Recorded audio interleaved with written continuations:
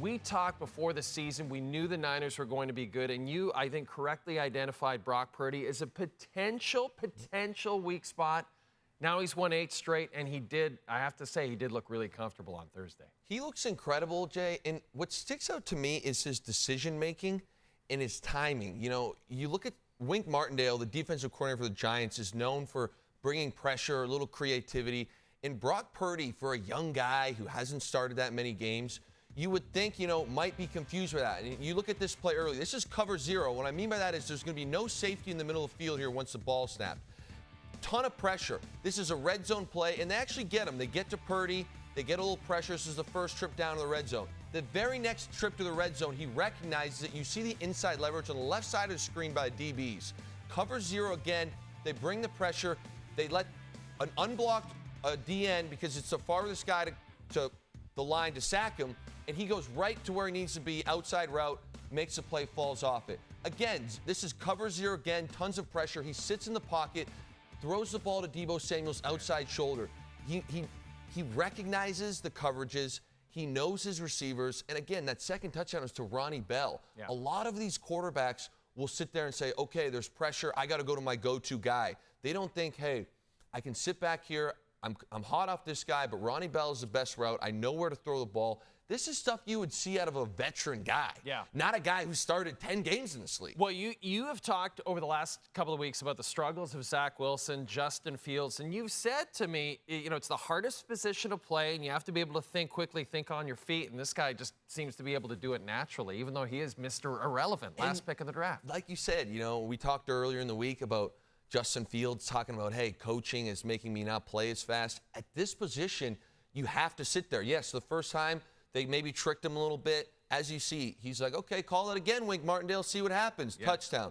Wink calls it farther out of the red zone. And he's like, I got Deebo on a fade route here. I'm going to put the ball in the outside shoulder, Again, on cover 0, he recognizes where the ball needs to be thrown because the defenders are going to be playing inside leverage. It's these little decisions that make him so great. Big news on Thursday. Trevon Diggs tears his ACL in practice. He's out for the entire season.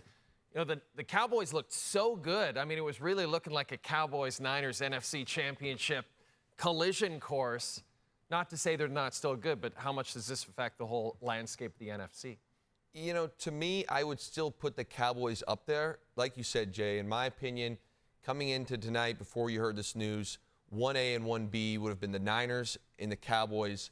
And when you lose a guy like Trevon Diggs, to me, it's the ball hawk. I mean, this guy creates turnovers, picks, he's forcing fumbles.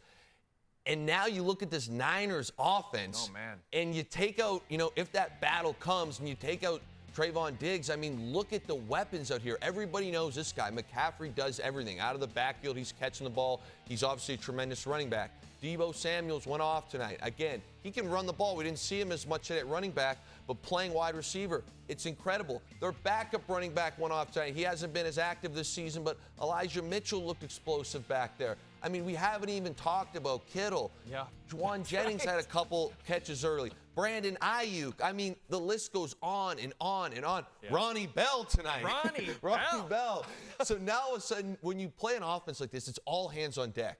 And when you lose such a big playmaker like Trevon Diggs, I still think the Cowboys are one of the best teams in the league, but it does hurt them when you're trying to match up on paper against the Niners. So if you think the Niners are the best team in the NFC, or the Niners the best team in the entire NFL at this point? The way too early, rankings, because it is first game of week 3, you've got to 100% say the Niners have looked the best by far. Yeah. They're 2-0, and we just talked about all their offensive weapons. Defensively, they're also loaded, and that's why I think they're the best team in the league, is because they're the most well-balanced. You look at Bosa, who's obviously deserves all the credit he gets. Hargrave had a big night. Another guy is Eric Armstead. He's an incredible player on the inside. You always talk about Trent Williams, and it's so funny. He got a little trouble tonight. He was I love it because they're in complete control of the game, and he's still so intense. He's slapping guys. It got really nasty out there. This team is so loaded. You got Dre Greenlaw we just saw. We didn't even talk that much about Fred Warner. I didn't even think they played extra great tonight, and they win by 18. Yeah. And I think that if the Niners do win the Super Bowl, which is a big if, there's a lot of things that can happen, I think you might see a lot of GMs sway from this, let's pay the quarterback an ungodly amount of money, and maybe let's try and build our roster like the Niners. Let's go out and get a Trent Williams. Let's get a great tight end. Let's get a plethora of weapons offensively, get a great front seven, and try and find a rookie quarterback who can make good decisions. Yeah, or a game manager, a Dilfer type, if you will. How about the Sunday Nighter? What are your thoughts on the Sunday Nighter, my friend? We got the Steelers and Las Vegas Raiders. Vegas a 2.5-point favorite. It's not the most exciting game, but I really hope for all the Steelers fans out there that their offense can just look a little better. If it looks a little better, it could be a fun game to watch. Well, the game total's gone under in 3 straight meetings, and we don't like unders. We love overs. They're more fun for us. The over-under is set at 43. You going over on this one? My head says no, but because you said that, we're going over. I love that spirit from Luke Willson, and he will join us, Luke Willson will, after the game on SportsCenter with Jay Onrait Sunday night. We follow every primetime NFL game this season.